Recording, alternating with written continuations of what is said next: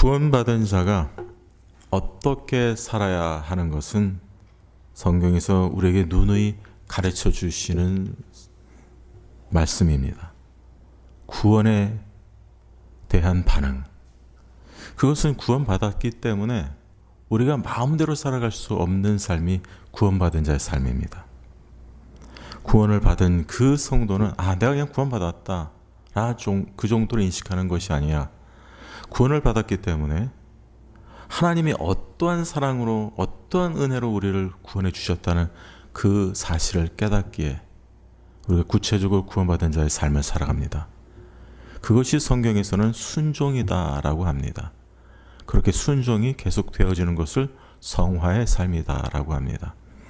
근데 우리가 신약 성경에서 구체적으로 이런 모습들을 많이 봤는데 구약에서도 또한 이런 부분들을 보게 됩니다. 오늘 그 본문 내용이 그런 내용이 아닐까 생각해 봅니다. 특별히 오늘 이 시편 저자는 아삽의 시라고 말하고 있습니다. 아사는 그 당시에 다윗의 시대, 다윗 왕 시대 그 궁중에서 성가대를 직접 인도하던 자였다. 그런 마스터라고 합니다. 콰이어 마스터. 그러니까 그 성가대를 이끌던 그러한 사람이 책임자가 아삽이었다라고 합니다. 근데 이 아삽이 이 시를 쓰면서 무엇을 말하고 있냐 하냐면은 구약 시대 때 되어진 사건들을 언급하고 있습니다. 특별히 여기는 뭐 장막절이라고 하고 유월절이라고도 하는데 특별히 그 유월절에 이스라엘 가운데 특히 애굽에서 출애굽했었을 때 그때 유월절에 대한 그런 내용들. 그러니까 아마 그 유월절 절기 때 축하하는 이런 81편이 아니라고 이제 학자들은 추정하고 있습니다. 근데 여기 5절에 보면 이런 말씀이 있어요. 하나님이 애굽 땅을 치러 나가시던 때 출애굽할 때의 그 사건이죠. 수많은 이스라엘 백성들을 그 징벌하시고 그런 어떠한 그들에게 재앙을 내려서 징벌하시고 그 다음에 그들을 그 애굽 땅으로부터 끄집어내셨던 출애굽시켰던 하나님의 섭리, 이것을 가리켜서 하나님이 애굽 땅을 치러 나가시던 때라고 우리는 볼 수가 있습니다. 하나님이 사실은 모세가 거기서 막 손을 들고 뭐 이렇게 이스라엘 백성들한테 그런 어떤 리더로서 그런 인도자를 역할을 했지만 실질적으로 하나님이 애굽 땅을 치러 나가신 거죠. 그때 요셉의 족속 중에 이를 증거로 세우셨다. 이 모든 출애굽 사건들이 그 요셉 족속은 통상적으로 요셉의 족속에 국한된 것이 아니라 이스라엘 전체를 말하고 있습니다. 요셉의 족속 중에 이를 증거로 세우셨다. 앞에도 우리 여기서 보면은 야곱의 1절에 보면 야곱의 하나님은 이스라엘의 전체 하나님을 말해주고 있고 여기서도 요셉 족속은 이스라엘 전체를 말해주고 있습니다. 그래서 이 출애굽 사건을 증거로 세우셨다라고 말하고 있습니다. 그러면서 이렇게 말합니다. 거기서 내가 알지 못하던 말씀을 들었도다. 당연히 그렇겠죠.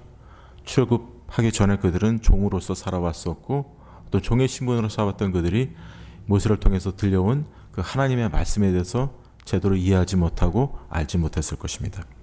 그런데 그때 이렇게 말씀하셨습니다. 네, 이르시되 6절에 보면 내가 그의 어깨에서 짐을 벗기고 강제 노역을 했었죠. 그 애굽에서. 근데 그 강제 노역에서 그런 짐을 벗겨 주셨습니다. 그리고 그의 손에서 광주리를 놓게 하셨도다.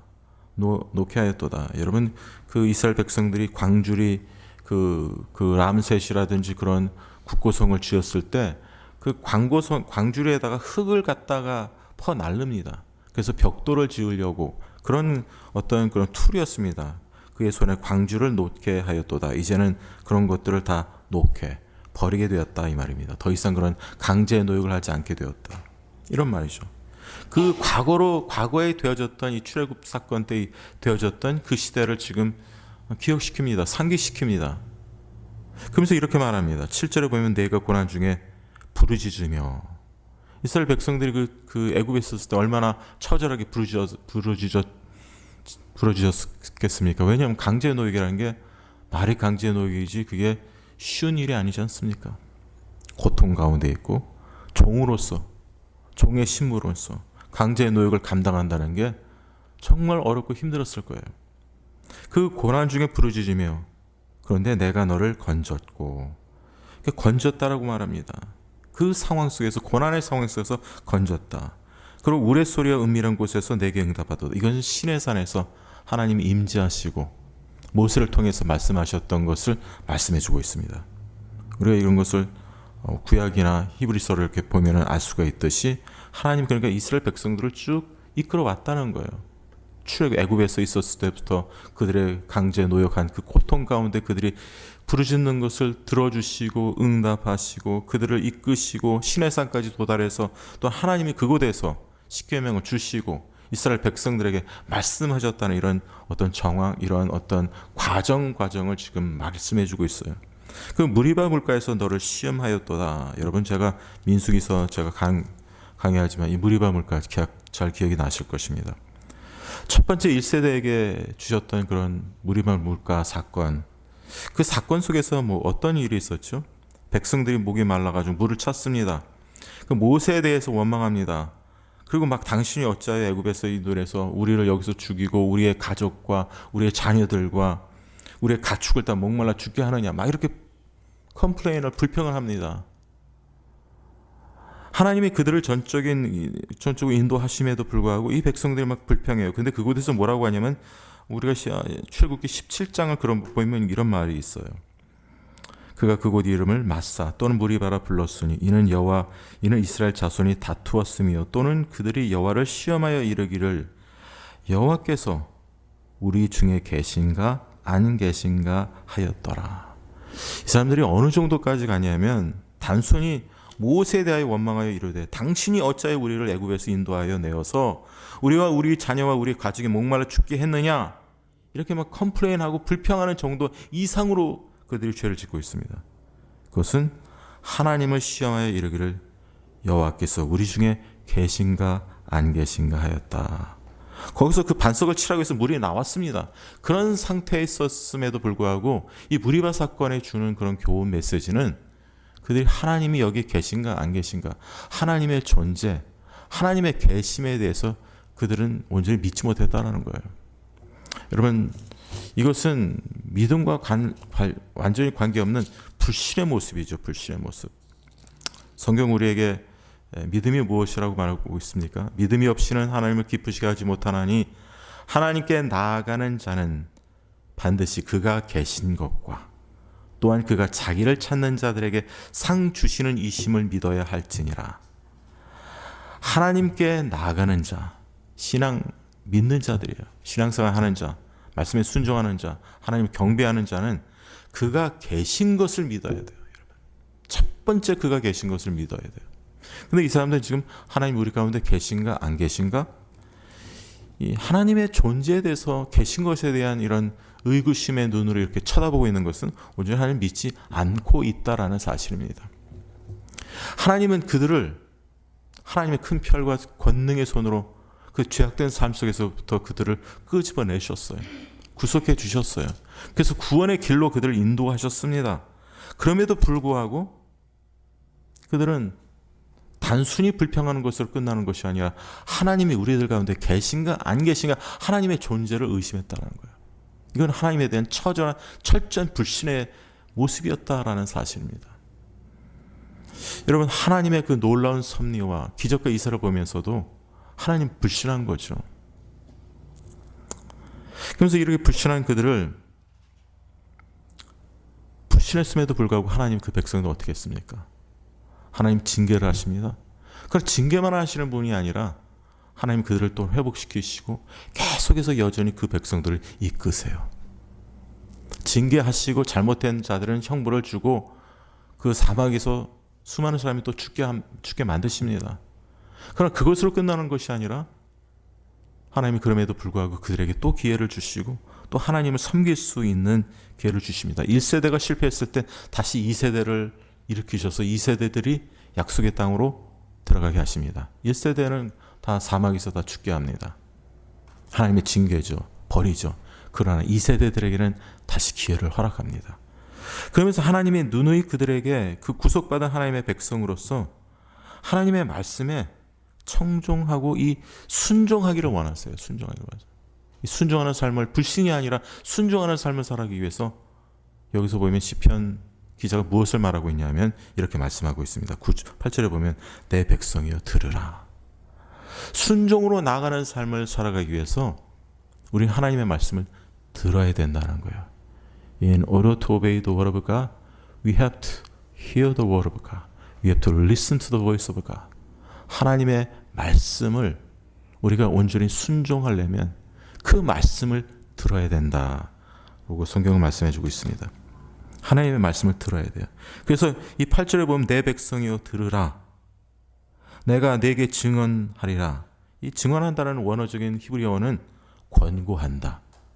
또한 워닝한다, 경계한다, 권고한다, 또한 훈계한다, 워닝한다, 뭐 이런 뜻입니다. 또한 카운셀링한다, 뭐 여러 가지 말로도 번역이 될 수 있어요. 내게 권고한다, 권면한다, admonish, warning, 뭐 이런 말이 영어 성경은 번역이 되어 있습니다. 그래서 내 백성이여 들으라. 내가 내게 경고한다, 내가 권면한다. 왜냐하면 이 하나님의 말씀을 듣지 않고는 하나님의 뜻대로 순종할 수 없다라는 그 말씀을 듣는 중요성을 그는 누구보다도 알았기 때문에 그런 것이죠. 하나님의 말씀을 들어야 된다는 거예요. 그래서 권고한다, 권면한다는 거죠. 그래서 이스라엘은 내게 듣기를 원하노라. 하나님의 말씀을 들어야 된다. 들어야 우리가 그 하나님의 말씀의 뜻대로 살아갈 수 있다라는 것이죠. 여러분, 우리는 하나님의 말씀을 듣는 시대입니다. 이 하나님의 말씀에 듣는 것이 홍수의 시대라고 그러죠. 말씀의 홍수의 시대. 그런데 하나님의 말씀을 듣는다는 것이 무엇일까요? 하나님의 말씀을 듣는다는 것이 이스라엘 백성들에게 어떤 것이었을까요? 이스라엘 백성들도 하나님의 말씀을 많이 들었어요. 모세를 통해서 광야에서 출애굽하고 난 다음에 얼마나 많이 들었겠어요. 어떤 것이 바른 길이라는 것을 그들은 너무나도 들었을 거예요. 제가 신명기 같은 경우에는 우리가 하나님의 말씀을 우리가 많이 보면은 그런 말씀이 있어요. 신명기 4장 이스라엘아 이제 내가 너에게 가르치는 규례와 법들을 듣고 준행하라. 듣고 준행하라. 신명기 6장에는 그런 말씀이 있습니다. 6장 3절에 보면 이스라엘아 듣고 삼가 그것을 행하라. 들으라고 합니다. 그러면 내가 복을 받고 내 조상들의 하나님 여호와께서 내게 허락하신 것 같이 적과 꿀이 흐르는 땅에서 내가 크게 번성하리라. 그 다음에 6장 4절 우리가 너무나도 잘 아는 구절이죠. 이스라엘아 들으라. 우리 하나님 여호와는 오직 유일한 하나님이시니 너는 마음을 다하고 뜻을 다하여 힘을 다하여 네 하나님 여호와를 사랑하라. 오늘 내가 명하는 이 말씀을 너는 마음에 새기고 말씀을 듣는 것. 이스라엘아 들으라라고 계속하고 주지시킵니다. 하나님의 말씀을 들을 때 우리가 하나님의 뜻대로 살고 하나님을 우리가 마음을 다하고 뜻을 다하고 힘을 다하고 네 하나님 여호와를 사랑할 수 있는 거예요. 그 하나님의 말씀을 들을 때 그의 말씀대로 준행할 수가 있다라는 거죠. 그러니까 말씀은 능력이라고 성경에서 성경은 우리에게 누누이 우리에게 기억시키고 말씀하고 있습니다. 하나님의 말씀에 어떤 능력이 있습니까? 로마서 10장 17절 그러므로 믿음은 들음에서 나며 들음은 그리스도의 말씀으로 말미암으느니라. 믿음은 들음에서 난다고 하는 거죠. 그냥 어느 날 갑자기 나타나는 게 아니라 생기는 것이 아니라 로마서 10장 17절 믿음은 들음에서 나는 거예요. 들음은 그리스도의 말씀으로 말미암으느니라라고 말하고 있습니다. 오늘 그 하나님의 말씀의 중요도가 이렇게 중요하다는 것을 우리에게 상기시켜 주고 있다라는 사실입니다. 그래서 성경에서는 그 하나님의 말씀이 얼마나 중요하다라는 것을 우리에게 누누이 말씀해 주고 있습니다. 그래서 하나님의 말씀은 살아있고 활력이 있어 좌우에 날선 어떤 것보다 예리하여 혼과 영과 및 관절과 골수를 찔러 쪼개기까지 하여 또 마음의 생각과 뜻을 판단하느니. 이것은 무엇입니까? 하나님의 말씀은 살아있고 옛날 성경에 운동력이 있다 그랬죠. 예리하여 마음과 생각을 뜻을 판단하고 이러한 하나님의 말씀을 붙들고 살아가야 될 사람들이 바로 하나님을 경외하고 하나님 믿는 자들입니다. 그래서 하나님의 말씀을 들어야 됩니다. 그런데 이스라엘 백성들은요 모세를 통해서 하나님의 말씀을 이렇게 많이 들었어요. 근데 그들이 듣는 건 좋아했어요. 근데 듣기만 하고 어떻게 했습니까? 모세를 통해서 많이 하나님의 말씀을 들었어요. 그러면 듣고 난 다음에 그들의 반응이 어땠습니까? 따랐나요? 순종했나요? 순종하지 않았습니다. 그리고 그 안에서 우상 숭배도 하고 금송아지도 만들고 우상 숭배도 하고 하나님의 말씀을 듣질 않았어요. 듣기만 하고 다 잃어버린 거예요. 그러니까 여기서 이런 내 백성에 들으라고 신명기적인 표현에서 신명기에서 들으라는 말은 듣고 잊어버리라는 말씀이 아니라 듣고 따르라는 말이에요. 그래서 들으라는 말은 그 말 자체가 순종을 전제하고 있어요. 순종을 포함하고 있어요. 그래서 이 청종이라는 말 있지 않습니까? 이 청자는 들을 청자예요. 한문으로 보면 들을 청에다가 종은 따를 종입니다. 따를 종. 그래서 듣고 따른다는 것은 듣고 순종한다는 말이에요. You have to listen to the voice of God. You have to listen to the word of God and obey the word of God. 이게 같이 되어지는 것이 그것이 하나님의 말씀을 듣는 거예요. That is hearing the word of God. 그것이 하나님의 말씀을 듣는다는 것입니다. 오늘 그런 측면에서 우리가 이 하나님의 말씀을 들어야 된다는 거죠. 이 들을 때 우리가 하나님을 사랑하는 마음도 생기고 마음과 뜻과 정성을 다해 하나님을 사랑하는 마음도 생기고 그 말씀을 들을 때 우리가 그 말씀대로 지켜 행할 수 있는 그 힘도 파워도 거기서 들을 때 생긴다는 거예요. 어떻게 우리가 그러면 하나님의 말씀 듣게 할 수가 있어요? 우리가 하나님의 말씀을 때로 목사님의 설교를 듣고 그 다음에 또 우리가 성경 말씀을 읽고 필사하고 암송하고 묵상하고 이 모든 것이 하나님의 말씀을 우리에게 들려오도록 하는 그런 작업입니다. 그래서 하나님의 말씀이 들려서 우리 마음에 잘 박힌 모처럼 구약의 성경 잘 그 우리 마음속에 새김질이 새겨지는 그런 일들을 해야 되는 것이 하나님의 말씀을 가지고 우리가 하나님 백성들이 해야 되는 그런 반응이고 자세다라는 거예요. 그래서 하나님의 말씀을 들으셔야 됩니다. 그래서 듣기를 원하노라. 여러분 하나님의 말씀을 듣고 순종하고 청종하는 자는 들을 때 하나님의 말씀을 따르고 순종하는 이 삶을 살아야 되는데 그렇다면 진정 하나님 앞에서 하나님의 말씀을 순종하는 자는 무엇을 해야 되느냐? 경고의 말씀을 합니다. 듣고 순종하는 자에게 주시는 두 번째 너희 중에 다른 신을 두지 말며 이방 신에게 절하지 말지어다. 이 하나님의 말씀을 듣고 순종하는 데 있어서 이 시편자자는 다른 신을 두지 말고 이방 신에게 절하지 말, 우상 숭배하지 말라는 것을 지적하고 있습니다. 하나님의 말씀을 듣는 것과 이방 신에게 절하는 것과 다른 신을 두는 것과 어떤 관계가 있을까요?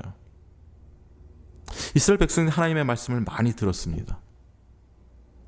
그러나 그들이 본질적으로 왜 하나님의 말씀을 듣고 청종하는 데까지 순종하는 데까지 못 갔을까요? 그들이 하나님보다 더 사랑하는 게 있어요.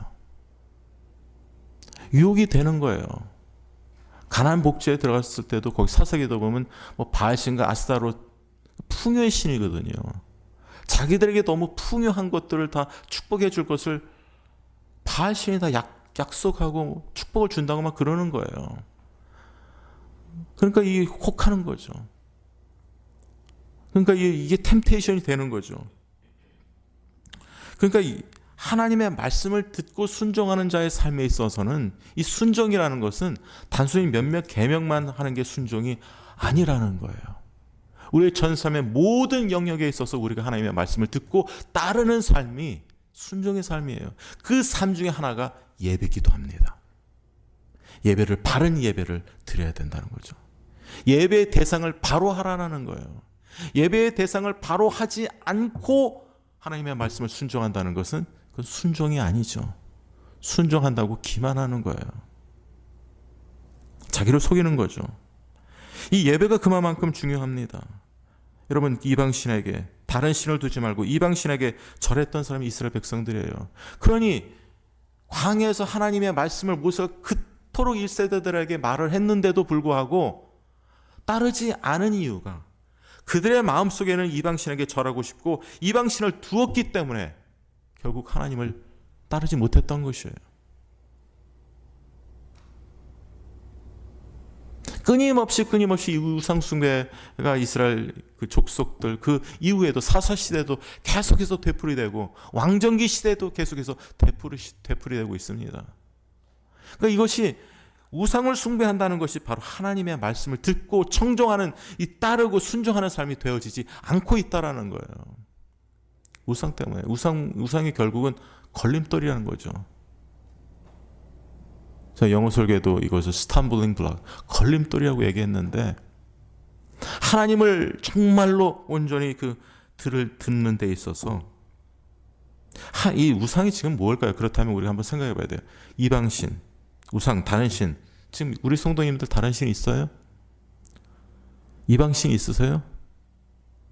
솔직히 말해보세요. 우리 다 이방신 없지 않습니까? 우상 없잖아요. 우리가 일본 사람들도 아니고 일본 사람들은 가정에 뭐 예수 믿는다고 하면서도 집에 막 우상 같은 걸 막 두고 한 번은 예수님한테 예수님 형상을 해놓고 거기다 절하고 또 우상한테도 절하고 그런다고 합니다. 그런 걸 가르쳐서 혼합주의라고 하죠. 옛날에 구약의 호세아 시대 그랬었죠. 근데 우리는 다른 신이 없어요. 근데 이방신에게 절하지 말라고. 여러분 이방신과 우상이 상징하는 것이 다른 신이라는 것은 하나님보다 더 사랑하는 거예요. 여러분 이스라엘 백성들에게 우상이라는 게 뭘까요? 이스라엘 백성들이요 호세 시대 보면 하나님한테도 예배드리고 경배하고 제사드리고 우상한테도 제사드립니다. 모세 시대 또 마찬가지였어요. 출애굽기 그때 출애굽했을 때 보면 광야에서 모세 말도 듣습니다. 그리고 제사도 드립니다. 그러면서도 또 장신구 이런 우상과 관련된 장신구를 포기하지를 못해요. 그리고 또 우상 숭배도 합니다. 계속 합니다. 사사기 시대도 왕정기 시대도 그 우상 숭배가 버려지지를 못합니다. 버리지를 못해요. 그 죄를. 결국 그것은 하나님의 어떤 위치에 하나님의 위치 우상을 둔다는 말밖에 안 된다는 거예요. 그러니까 우상이 자기들의 사랑의 대상, 충성의 대상, 헌신의 대상이 된다는 거죠. 왜냐하면 하나님과 우상을 바꿔치기를 한 거예요. 하나님을 섬긴다고 하면서 하나님한테 마땅히 드려야 될 그 사랑과 충성과 헌신과 그 모든 것을 우상에게 주고 있다는 거예요. 여러분 우리의 사랑과 헌신과 충성은 하나님 외에 이 세상에서 받을 대상이 없는 거예요. 우리의 충성과 우리의 사랑과 헌신의 대상, 예배의 대상은 오직 하나님 외에는 없습니다. 오직 하나님만 섬겨야 되는 것이 우리의 자세라는 것이 예수님이 말씀해 주신 말씀이죠. 여러분 우리가 정말 그런 의미에서 예수님을 섬기고 예수님을 믿고 예수님을 따르고 예수님을 경배하고 있습니까? 그래서 우리가 잘 보세요. 우리가 예수님이 이 땅에 오셔서 시험을 받으셨을 때 마귀가 옵니다. 지극히 높은 산으로 가서 천하만국과 영광을 보입니다. 이것이 상징하는 게 뭐냐면 사람들이 천하만국 영광을 보여주면 다 좋아합니다. 거기 혹 빠집니다. 자기 마음을 다 잃어버립니다. 그래서 마귀는요 우리가 하나님 사랑하는 그 마음과 헌신과 이 하나님 사랑하는 마음을 다 뺏어가 버립니다. 뭘 보여줘야지 뺏어가지 않습니까? 그래서 영광을 보여주는 거예요. 천하만국 이거 다 나한테 경배하면 내가 다 너한테 줄 거니까 우리의 마음을 뺏어가려고 합니다. 그러니까 예수님 뭐라고 했어요? 주 너희 하나님께 경배하고 다만 그를 섬기라. 하나님만 경배하고 섬겨야 된다는 거예요. 여러분 우리가 주님을 섬길 때 우리가 주님을 따르고 순종할 때 말씀을 듣고 순종할 때 우리 성도님들의 마음을 마귀한테 뺏기지 마시기를 바랍니다. 유혹에 뺏기지 마세요. 여러분 죄는요 우리가 하나님 사랑하는 그 마음을 뺏어가려고 합니다. 그 죄 뒤에는 누가 있어요? 마귀가 있는 거예요. 여러분 어느 바보 같은 마귀가 이 세상에 나타나서 야 나 마귀인데 말이야 내가 너를 좀 유혹해야 되겠다 그러는 바보 같은 마귀가 세상에 어디 있겠어요. 마귀는 자꾸만 우리를 유혹하고 죄로 우리에게 죄를 짓게 한다는 거죠. 그러니까 죄 뒤에 세력이 마귀가 그렇게 하는 거예요. 하나님 사랑하지 않고 세상을 사랑하고 세상에 주는 것을 좋아하고 그래서 뭐라고 했습니까? Do not love the world or anything in the world. If anybody loves the world, The love of Father is in him. 하나님은 세상에 있는 것들을 사랑하지 말라. 세상을 사랑하지 말라. 세상에 있는 것들을 사랑하지 말라. 누구든지 세상을 사랑하면 아버지의 사랑이 없느니라 라고 말씀하십니다. 여러분, 세상을 사랑하게 되면요, 마귀가 다 빼앗아 갑니다. 하나님에 대한 사랑을 빼앗아 가요. 그리고 그 세상을 사랑하면 그 사랑이 잘못된 대상한테 그 사랑이 전달이 되고 그 사랑이 다 없어져 버리는 거예요. 하나님에 대한 사랑. 그런 의미에서 아버지에 대한 사랑이 없다라고 하는 거예요. 왜냐하면 사랑의 대상이 하나님이 아니라면, 하나님을 사랑하지 않고 세상을 사랑하게 되면 우리는 이 경배의 대상이라는 게 뭐냐면 사랑의 대상이라는 거예요. 그래서 마귀가 그 마음을, 하나님에 대한 경배의 대상, 사랑의 마음, 헌신의 마음을 다 뺏어가기를 원해요. 어떻게 해요? 세상을 막 마음껏 사랑하라 그러는 거죠.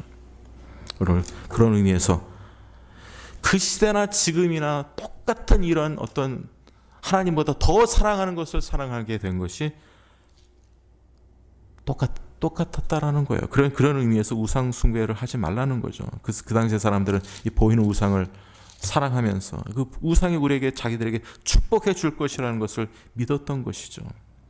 그래서 우리는 하나님의 말씀을 듣고 청종하는 삶, 순종하는 삶을 살아가는 사람은 무엇이 하나님과의 관계 속에서 하나님의 말씀을 듣고 따르는, 순종하는 삶을 살아가는 데서 방해되는 요소들이 무엇인가, 그래서 바로 알아야 돼요. 그래서 그것을 알 때 우리가 예배가 하나님 앞에서 바로 되어질 수 있는 바른 예배를 드릴 수 있다는 것입니다. 그것이 우리가 두 번째로 한번 생각해 봐야 되고, 세 번째로 우리가 하나님의 말씀을 듣고 따르는, 순종하는 삶을 살아가기 위해서는 10절에 나옵니다. 내 입을 크게 열라 내가 채우리라 하였으나. 하나님은 우리의 필요를 채워주시는 하나님이세요. 이스라엘 백성들이 광야에서 얼마나 상황에 대해서 그들이 처해져 있는, 그런 물이 없다, 뭐 음식이 없다, 애굽에서 먹던 음식들이 없다 하면서 얼마나 불평했습니까? 근데 그들이 입을 크게 열고 하나님 앞에 간구했을 때 하나님은 채워주신다는 하나님입니다. 근데 여기가 이 말씀을 좀 더 우리가 자세히 보면요, 그 앞에 이렇게 말씀하십니다. 나는 누구예요? 하나님입니다. 너를 애굽 땅에서 인도해낸 여호와니. 여호와 네 하나님이 무엇을 말씀해 주고 있느냐면 하나님이 내가 어떤 하나님이다라는 것을 가르쳐 주고 있어요. 근데 애굽 땅에서 인도해냈다는 것은, 여러분, 애굽 땅에서 이스라엘 백성들이 인도함을 받은 것이 그냥 있을 수 있는 일일까요? 아니면 가능한 일일까요? 이것은 불가능한 일이라는 거예요. 왜냐하면 자기들이 한 것이 없습니다. 애굽 땅에서 자기들이 출애굽한 그 사건 자체는 자기들이 한 게 없어요. 자기들의 노력과 공로로 이루어진 사건이 아닙니다. 하나님의 전적인 계획으로 되어진 사건입니다. 그것은 그 사건 자체가 불가능하고 그 불가능한 사건을 가능케 하신, 전능하신 하나님 때문에 되어진 사건이 바로 출애굽 사건입니다. 그렇기 때문에 하나님이 자기를 소개하는 거예요. 나는 너를 애굽 땅에서 인도하여 낸 여호와 네 하나님이라는 말은, 내가 너희를 애굽 땅에서 인도하여 낸 전능하신 하나님이 바로 나다, 이렇게 말하는 거예요. 내가 너희를 애굽 땅에서 이끌어낸 전능하신 하나님이 바로 나다. 나를 똑바로 알고 믿어라, 이 말입니다. 내가 누군지를 밝히 알고 믿어라. 그 하나님에 대해서 이 사람들은 잘 깨닫지 못해요. 그러니까 항상 범죄하고 항상 우상 숭배를 하는 거예요. 전능하신 하나님을 믿지 않고 그 이상한 우상 딴지 같은 거, 정말 자기들이 만들어 놓은 그 신을 가지고 신이라고 하는 거 어리석지 않습니까? 그러니까 다른 신을 두지 말라, 이방 신에게 절하지 말라고 하면서 나는 누구냐 그러면, 여러분, 그 우상과 하나님과 비교한다는 것 자체가 하나님을 모독하는 거 아닙니까? 그런 짓들을 하고 있는 거예요, 이 이스라엘 백성들이. 그래서 이방 신에게 절하지 말라, 다른 신을 두지 말라고 하면서 바로 내가 누군지 아느냐, 이것을 말해주고 있는 거예요. 나는 전능하신 하나님이라는 거예요.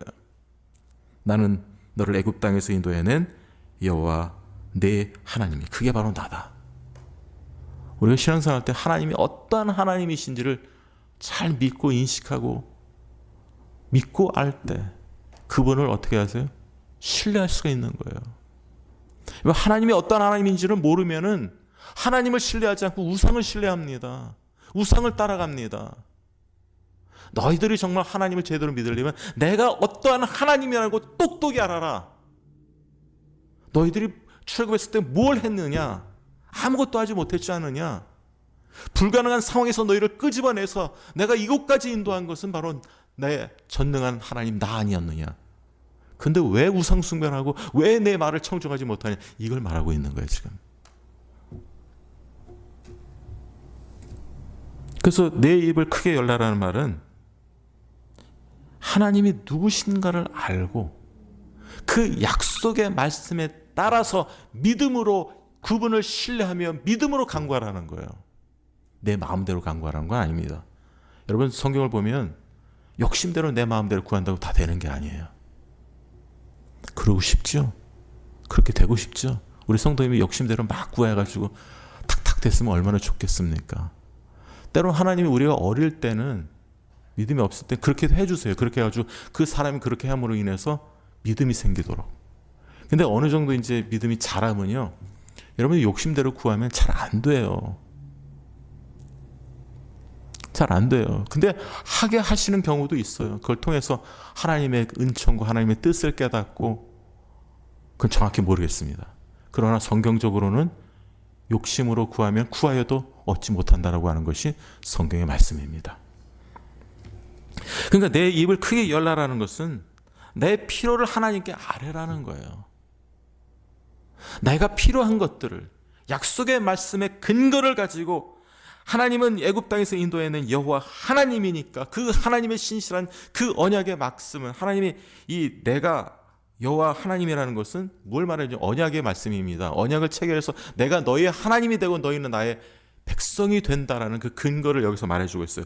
그런 하나님의 백성이기 때문에, 그런 하나님을 믿는 우리이기 때문에 우리의 필요를 하나님 앞에 아뢰는 그런 열망하는 마음으로 그분께 크게 열어서 간구하라는 거예요. 믿음으로 간구하라는 거예요. 여러분의 필요를 하나님께 믿음으로 간구하시기를 바랍니다. 아멘 하지 않으신 분들은 필요한 게 없으신가 봐요. 여러분의 필요가 없으세요? 필요한 걸 하나님 앞에 간구하시길 바랍니다. 믿음으로 간구하셔야 돼요. 그분이 약속하셨기 때문에, 언약의 백성이기 때문에, 그분은 우리의 언약의 하나님이기 때문에. 왜냐하면 그럴 때 내가 채우리라, 하나님이 채워주신다는 거예요. 공급해 주신다는 거예요. 응답해 주신다는 거예요. 여러분, 그것이 하나님이 우리에게 하나님의 뜻대로 내 입을 크게 열라, 간구하라, 우리 필요를 간구하라고 말씀하시는데, 여러분 한 가지 놀라운 게 뭔지 아세요?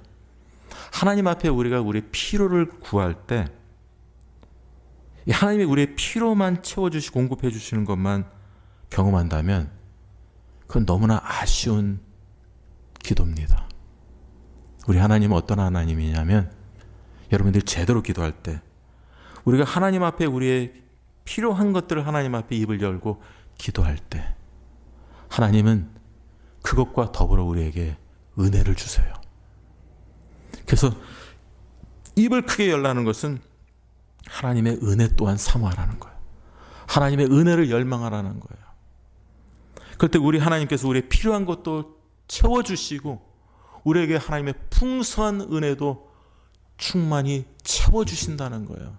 그래서 그 은혜를 우리가 받게 되면 그 은혜로 우리가 더 하나님 앞에 믿음으로 우리 필요를 하나님께 아뢰고 구할 수 있게 된다는 것입니다. 이것이 예수 믿는 사람들에게 생겨지는 일입니다.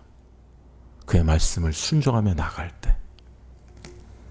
그런데 이스라엘 백성들이 어떻게 됐을까요? 여기 보면 11절에 보면 내가 채우리라 하였으나, 이 나는 뭡니까? 그러나 아닙니까? 영어 성경에도 but라는 말이 있죠. 내가 내 입을 크게 채워 내가 채우리라 하였다, 그러나, 이런 말입니다. 영어 성경에도 그렇죠. But my people will not listen to me, 뭐 그렇게 되어 있습니다. 내 백성이 내 소리를 듣지 아니하며 이스라엘이 나를 원하지 아니하였도다. 이 원한다는 건 원어적인 말을 보면은 submission, obedience, 순종을 말하고 있어요. 모든 영어 성경에 다 그렇게 되고 원어적인 면에도 그렇습니다.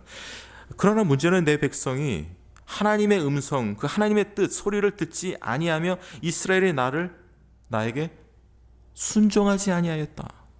여러분, 이스라엘 백성들에게 최고를 이렇게 하겠다고 채워주겠다고 하는데도 불구하고 광야에서 어떻게 했어요?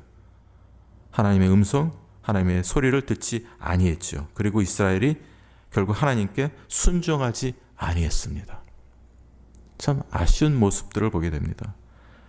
그러므로 어떻게 됩니까? 여기 12절을 보면 하나님이 이렇게 하시는 그냥 방치하고 허용하십니다. 그러므로 내가 그의 마음을 완악한 대로 버려도 그의 임의대로 행하게 하였도다. 하나님이 자기 뜻대로 하나님의 뜻대로 살지 않겠다고 하는 사람들은 어떻게 하면 하나님 그대로 그냥 놔두십니다. 허용하십니다. 나를 증거를 받게 하는 거예요. 끝까지 내가 하나님의 뜻대로 내가 살지 않겠다. 돌이키지 않겠다. 이런 사람이 그냥 놔두는 거예요. 그 마음을 완악한 대로 버려도 그의 임의대로 행하게 해서 나중에 하나님 앞에 심판받게 하신다는 것이죠. 그러나 우리 하나님은 어떻게 합니까? 그렇기 때문에 13절에는 이렇게 말합니다. 내 백성아 내 말을 들으라. 이스라엘은 내 도를 받으라. 어떤 영어 성경에 보면 여기에 내 백성아 내 말을 들으라. 오 나의 백성아. 11절이죠. 아니 11절은 12절. 내 백성아 그렇기 때문에 내 말을 들으라고 이렇게 안타깝게 말씀하고 있는 거예요. 내 백성, 오 내 백성아 내 말을 들으라. 왜냐하면 그 듣는 중요성이 그만큼 중요하다는 거예요. 하나님의 말씀 듣는 것. 이스라엘은 내 도를 따르라. 따르라 한다는 것이 순종하라 이 말이죠. 여러분 하나님의 말씀의 도를 듣고 따르게 되면 어떻게 됩니까? 14절 옛날에 야고보서에서 나왔던 말씀입니다. 그리하면 내가 속히 그들의 원수를 누르고 내 손을 돌려 그들의 대적을 치리니. 순종만 하면 하나님이 다 해주시겠다는 거예요. 다 대적을 치겠다는 거예요.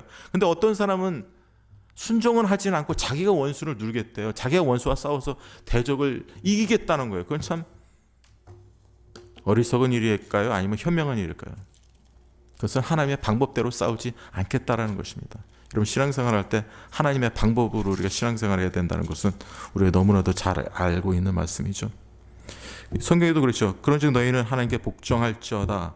마귀를 대적하라. 마귀를 대적하는 건 좋습니다. 그러나 마귀를 대적하기 전에 복종하라라고 말합니다. 그리하면 너희를 피하리라.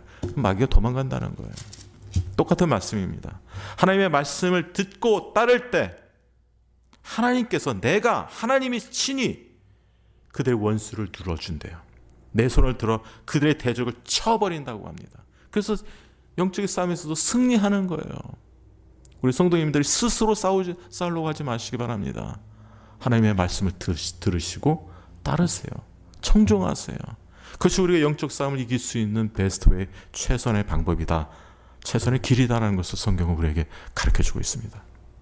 자, 그렇다면 오늘 결론에 해당되는 부분입니다. 진정 하나님의 말씀을 듣고 따르는 청종하는 삶은 어떻게 그게 가능한가? 오늘 그걸 가르쳐주고 있어요. 15절에 보면 두 가지의 사람 분류를 해서 그걸 가르쳐주고 있는데 첫 번째는 부정적인 면이죠. 미워하는 자는 하나님을 복종하지 못한다라는 걸 가르쳐줍니다. 15절 여호와를 미워하는 자는 그에게 복종하는 채 할지라도. 누가 하나님을 미워합니까? 복종하는 자요? 하나님을 복종하는 자를 하나님이 미워하세요? 아니면 복종하는 채 하는 사람 하나님이 미워하실까요? 여기 보면 복종하는 채라고 했습니다. 복종한다는 것은 복종하는 신용만 하는 거예요. 복종하는 채, 이 사람이 누구냐면 하나님을 미워하는 자예요. 그럼 우리 성도님들은, 저희 교회에 있는 성도님들은 하나님의 말씀에 따라서 그의 말씀에 복종하는 채 하지 마시길 바랍니다. 복종하세요. 프리텐드 하지 말라는 거예요. 복종하는 채 하는 것이 아니라 복종해야 되는데 복종하는 채 하는 사람 하나님이 미워하는 자라는 거예요. 그런데 미워하는 자는 그에게 복종하는 채 할지라도 그들의 시대는 영원히 계속할지다. 누가요? 이 복종하는 사람들은 그들의 시대가 영영토록 계속하다 결국 나중에 하나님 앞에 심판받는다는 거예요. 이 땅에서는 영영이 갑니다. 그들의 시대는 영영이 계속되지만 결국 마지막에 예수님이 재림하실 때 마지막 그때는 다 심판받고 하나님 앞에 섰을 때 다 심판받게 될 것입니다. 그것을 말해주고 있어요. 그러나 그렇다면 어떤 사람은 하나님이 기뻐하시고 사랑하는 자일까요? 자, 16절에 나옵니다. 또 내 기름진 밀을 그들에게 먹이며. 기름진 밀, 최상의 것입니다. 밀 중에서도 아주 좋은 것입니다. 기름진 finest of wheat. 밀 중에서 최상의 것, 최상의 밀을 준다는 겁니다. 기름진 밀을 그걸 말하고 있어요. 음식입니다. 식료품입니다. 먹는 음식입니다. 이 음식을 먹게 되면 만족을 합니다. 그들에게 먹이며 반석에서 나오는 꿀로 너희를 만족하게 한다. 여러분, 반석에서 나오는 꿀이 뭡니까? 석청입니다. 팔레스타인의 석청, 이 반석에서 나오는 꿀, 최상급의 그 꿀입니다. 이 최상급의 꿀을 모으면 어떻게 돼요? 사람들이 좋아하겠죠. 만족합니다. 하나님을 사랑하는 자로서 하나님의 말씀을 듣고 따르고 청종하고 순종하는 자들에게 최상의 것을 주신다는 거예요. 그리고 최상의 것을 그럼 자 보세요. 우리 한번 생각해 봐야 돼요. 이스라엘 백성들이 광야 시대에서 하나님의 말씀을 들었습니다. 수많은 기적과 이사를 봤어요. 모세 시대 그렇죠? 사사 시대도 사사를 통해서 그들이 정말 그 어프레션에 그 억압에 빠졌을 때 다 하나님이 건져주셨죠. 히스기야 시대 때, 여호사밧 시대 때도 보면은 하나님이 기적적으로 다른 대적들을 이기게 하십니다. 그런데 이 백성들이 최상의 것으로 그들에게 주셨음에도 불구하고 그들이 하나님의 말씀을 듣고 청종하고 따랐습니까? 모세 시대만 해도 그 출애굽할 때 애굽에서 얼마나 기적을 많이 봤어요.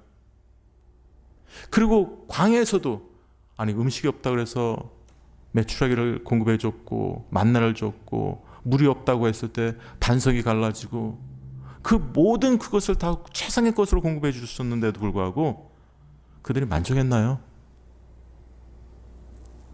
최상의 최상의 것을 주시는 그분이 이 사람들의 문제는 내가 아까도 말씀드린 애굽에서 너희를 이끌어낸 하나님이다.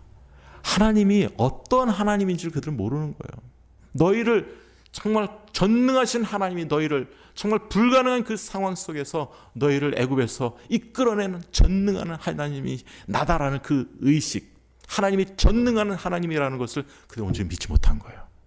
하나님이 전능하신 하나님인 것을 믿지 못할 때는 인간적으로 보여주는 그 최선의 것들, 최고의 것들을 봐도 그것을 어프리시에이트를 못해요. 감사하지를 못합니다.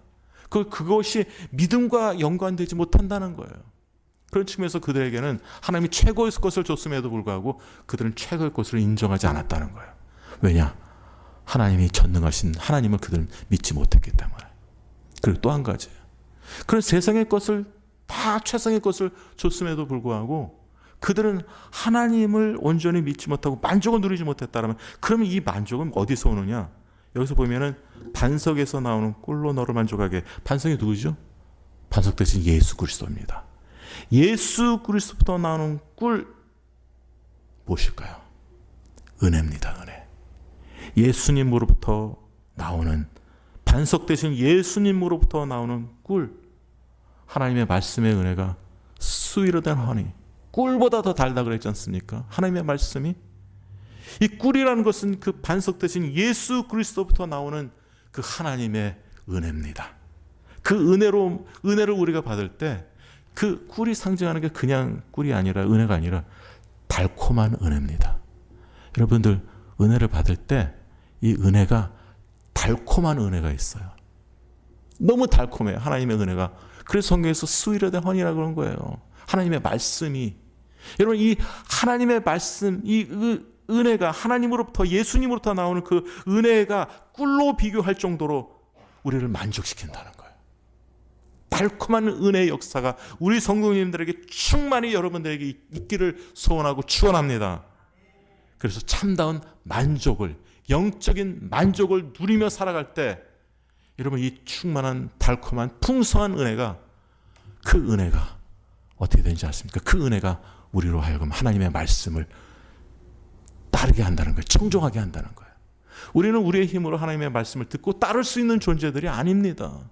여러분들이 아무리 노력하고 다짐을 해도 작심삼일일 거예요. 또 쓰러집니다. 내가 하나님의 뜻대로 말씀을 들었으니까 이제 따르고 살아가야지. 한 3일, 4일 지나보세요. 또 옛날같이 다시 돌아갑니다. 그러나 우리가 하나님 앞에서 변화될 수 있는 삶, 그 말씀을 듣고 청종하고 우리가 그 말씀을 따를 수 있게 하는 그 요소가 여기 있습니다. 반석 대신 예수님으로부터 오는 그 은혜를 우리가 충만하게 받을 때 우리는 부족하지만, 우리는 연약하지만, 성숙하지 못한 그 모습 속에서도 주님을 쫓고 주님을 따를 수가 있다는 것입니다. 이 은혜가 우리 성도님들에게 꼭 있기를 축원합니다. 이 은혜는 있어도 되고 없어도 되는 은혜가 아니에요. 이 은혜로 말미암아 우리가 구원받기도 했고, 이 은혜로 말미암아 우리가 믿음도 선물로 받았습니다. 그래서 우리가 주님을 쫓을 때 이 은혜 역사가 있으면 여기서 반석에서 나오는 물로 꿀로 너를 만족하게 세리스파이 주신다 그러죠. 여러분, 우리가 주님의 말씀에 순종하게 살 때 어떤 분들은 순종 너무 율법적인 너무 힘들지 않습니까? 아니에요. 진정 예수 그리스도에서부터 나오는 이 꿀과 같은 은혜를 받을 때는 율법적이지 않습니다. 오히려 기쁩니다. 그 영혼의 만족이 있어요. 힘들어도. 그래서 이 황량하고 이 정말 현실은 정말 사막과 같은 그런 상황에서도 하나님이 주신 그 꿀과 같은 그 한없는 그 풍성한 그 은혜 말씀으로, 그 은혜로 말미암아 우리가 견디고 우리가 주님을 쫓을 수 있는, 순종할 수 있는 삶을 가능하게 하신다는 것이죠. 이런 은혜의 역사가 우리 성도님들, 모든 우리 성도님들에게 있기를 간절히 소원하고 축원합니다.